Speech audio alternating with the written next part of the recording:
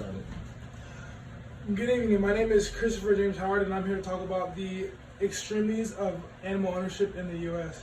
I'll start my speech by telling you about the Zanesville massacre incident that happened in 2011, October 19th. In Zanesville, Ohio, sheriff deputies arrived to what they saw exotic animals on the loose from their enclosure.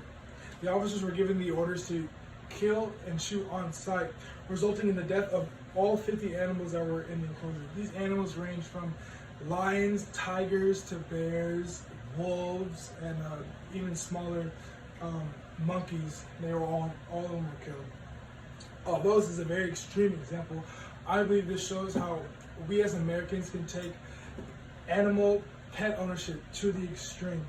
I will go over the three main points throughout my speech.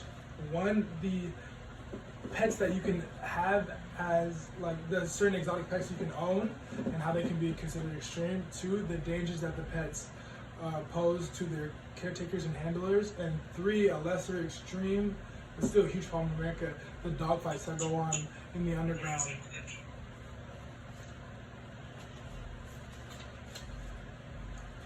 For my first point, I will go over the certain exotic pets that you can own legally in America. For example, tigers would be considered very extreme. It's class 1 animal, very extreme animal that is legal to own in most states of America. But although you can own this pet with certain permits and certain restrictions, according to colossalstate.edu, a tiger's natural habitat ranges from 267 kilometers. That's at a minimum. That's 165-mile radius across. That's at a minimum.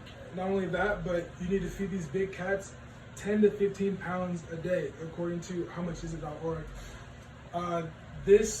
These requirements can be considered very extreme, according to your average household pet. Most of the time, you're not feeding your average dog or cat 10 to 15 pounds. That would be considered extreme, I think, in most cases. Not only do these animals require a lot to keep them alive and to sustain them and keep them happy, on top of that, these animals are very dangerous to their caretakers and handlers. For example, in 2009, ABC covered a story where a chimpanzee had ripped a girl's face off, tearing her upper jaw off and leaving her blind. This attack was said to be coming nowhere, and this chimpanzee was quote-unquote domesticated. I think this proves how, no matter how tame or domesticated these animals are, they truly can never be domesticated, even though we still call them pets. They will still always pose a threat to their caretakers and handlers. It can snap at any time.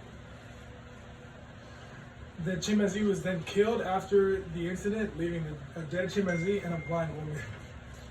This is an overall bad situation.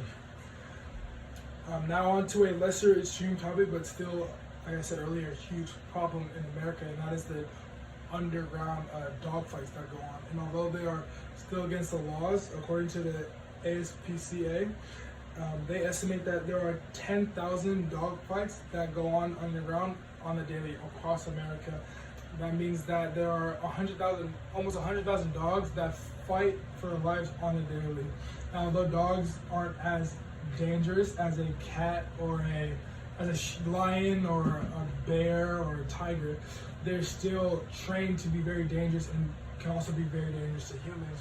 And on top of that, according to Humane Society, the dogs die from blood loss, shock, or exhaustion days or even hours right after they fight, leaving most of the dogs dead right after the fight. So in conclusion, with these brutal statistics across the board, ranging from exotic tigers and bears and cats all the way down to your common house dog forced to fight for his life, I think it gives many examples on how we as Americans take pet ownership to the extreme.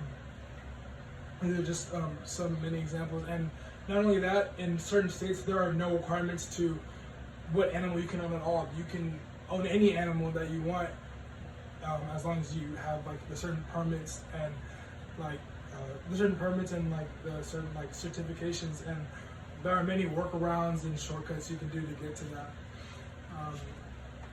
yeah, just these examples alone prove how we take it to the extreme, you know what I mean? So that was my presentation, and my name is Christopher Howard, and that's all for today.